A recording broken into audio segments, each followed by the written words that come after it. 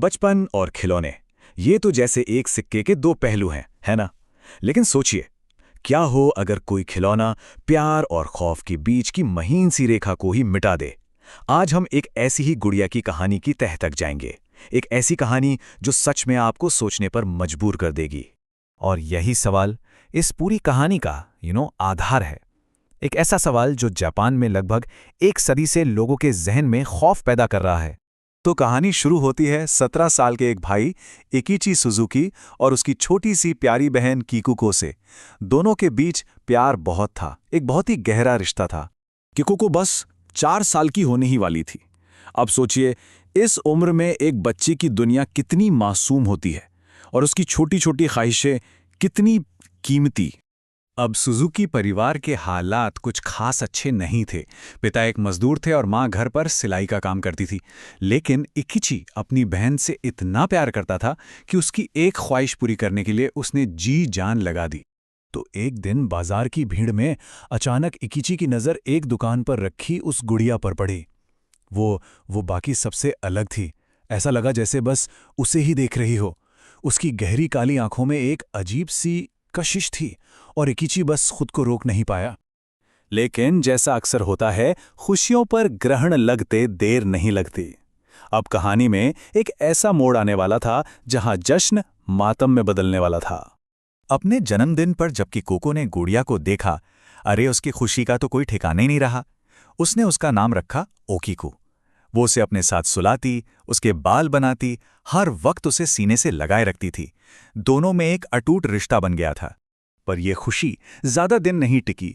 कुछ ही वक्त बाद किकुको को गंभीर मलेरिया हो गया और देखते ही देखते उस नन्ही सी जान ने दम तोड़ दिया। लेकिन मरते दम तक उसने अपनी प्यारी ओकिको गुड़िया को अपने सीने से अलग नहीं किया। परिवार चाहता था कि गुड़िया को किकुको के साथ ही दफनाया जाए, लेकिन किसी वजह से ऐसा हो न सका। इसलिए उन्होंने गुड़िया को घर में ही किकुको की याद में एक वेदी पर रख दिया। उन्हें अंदाजा भी नहीं था कि उनका ये फैसला उनके दुख को एक ऐसे अनजाने खौफ में बदल देगा जिससे वो कभी पीछा नहीं छुड़ा पाएंगे। पहले तो परिवार को लगा कि शायद उनका वहम है।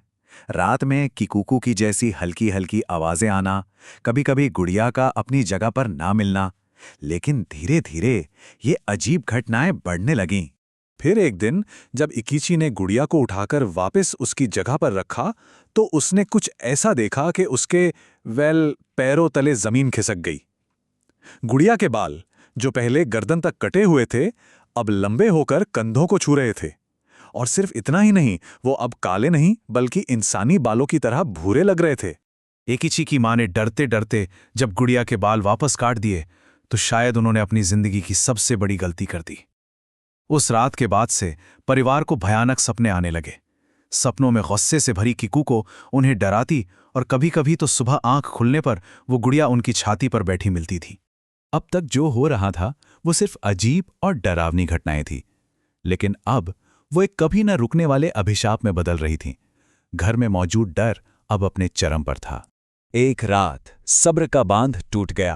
परिवार ने फैसला किया कि वो इस गुड़िया से छुटकारा पालेंगे और उन्होंने उसे घर से दूर एक खेत में दफना दिया। लेकिन वो नहीं जानते थे कि उस रात उनका सामना असलियत के सबसे भयानक रूप से होने वाला था। गुड़िया वापस आ गई और इस बार उसके बाल एक हथियार बन चुके थे जो इकिची के पिता का गला घोंट रहे थे। जब लगा कि अब सब खत्म, ठीक उसी पल इकिची ने पूरी ताकत से अपनी बहन का नाम पुकारा, किकुको। और जैसे कोई जादू हुआ हो, गुड़िया की पकड़ एकदम ढीली पड़ गई और वो फिर से एक बेजान खिलौना बन गई। अब ये साफ था, इसका रिश्ता सिर्फ और सिर्फ किकुको से ही था। यकीन मानिए, परिवार ने इस खौफ को 1 या 2 साल नहीं बल्कि पूरे 20 साल तक झेला। उन्होंने जैसे तैसे मान लिया था कि उन्हें इस प्रेतवादित गुड़िया के साथ ही जीना होगा। आखिरकार 20 साल बाद परिवार ने वो घर छोड़ने का फैसला किया और हमेशा के लिए छुटकारा पाने के लिए उन्होंने उस गुड़िया को मन्निंजी बौद्ध मंदिर के भिक्षुओं को सौंप दिया।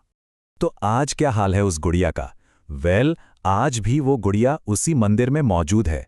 वहां जाने वालों को उसकी तस्वीरें लेने की इजाजत बिल्कुल नहीं है। कहा जाता है कि उसके बाल आज भी बढ़ते हैं, जिन्हें समय समय पर काटा जाता है। लेकिन कहानी यहीं खत्म नहीं होती। हाल ही में जो बात सामने आई है वो शायद सबसे ज्यादा परेशान करने वाली है। कहते हैं कि गुड़िया का मुंह जो हमेशा बंद रहता था, अब धीरे धीरे खुल रहा है। और अगर कोई उसे बहुत ज्यादा ध्यान से देखे तो उसे अंदर इंसानी दांत उगते हुए दिखाई देते हैं। तो सवाल आज भी वहीं आके रुकता है, क्या ये सच में किकुकू की मासूम आत्मा है जो अपनी प्यारी गुड़िया को छोड़ नहीं पा रही, या फिर इतने सालों में किसी और ज्यादा भयानक शक्ति ने उस गुड़िया पर कब्जा कर लिया है? एक ऐसा सवाल जिसका जवाब शायद कभी नहीं मिलेगा।